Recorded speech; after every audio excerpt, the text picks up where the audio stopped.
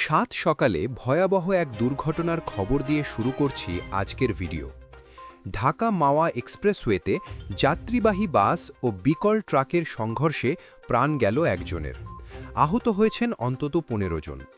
ঘটনাটি শুনেই থমকে গেছে সকালবেলার ব্যস্ত এক্সপ্রেসওয়ে। শুক্রবার ভোরের আলো ফোটার আগেই মুন্সিগঞ্জের সিরাজদিখান উপজেলার নিমতলী এলাকায় ঢাকামুখী লেনে দাঁড়িয়েছিল একটি বিকল ট্রাক। ঠিক সেই সময় চুয়াডাঙ্গা থেকে ছেড়ে আসা পূর্বাশা পরিবহনের একটি যাত্রীবাহী বাস নিয়ন্ত্রণ হারিয়ে সজোরে ধাক্কা দেয় ট্রাকের পেছনে। মুহূর্তেই বিকট শব্দে কেঁপে ওঠে পুরো এলাকা। বাসের সামনের অংশ দুমড়ে মুচড়ে যায়। ভেতরে থাকা যাত্রীরা অনেকেই আটকা পড়েন। ঘটনাস্থলেই মারা যান বাসের সুপারভাইজার তারেক, বয়স আনুমানিক ৪৫ বছর। একটি পরিবারের জন্য সকালটি শুরু হয় চরম শোকের সংবাদ দিয়ে।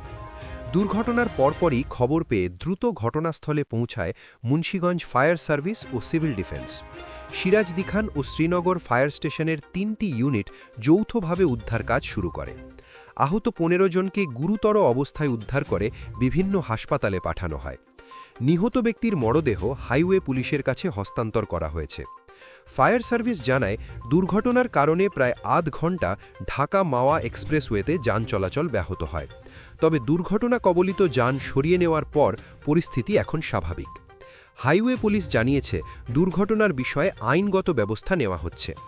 প্রতিদিনের মতো আজও প্রশ্ন থেকে যায়, এক্সপ্রেসওয়েতে বিকল গাড়ি কেন সঠিকভাবে সতর্কতা ছাড়া দাঁড়িয়ে থাকে, আর এই অসতর্কতার মূল্য কেন দিতে হয় সাধারণ মানুষের প্রাণ দিয়ে?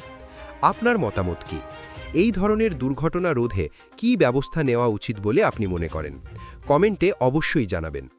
ভিডিওটি যদি তথ্যপূর্ণ মনে হয় তাহলে একটি লাইক দিন, বন্ধুদের সঙ্গে শেয়ার করুন। আর প্রতিদিনের সর্বশেষ ও নির্ভরযোগ্য খবর পেতে আজকের হট নিউজ চ্যানেলটি এক্ষুনি সাবস্ক্রাইব করুন।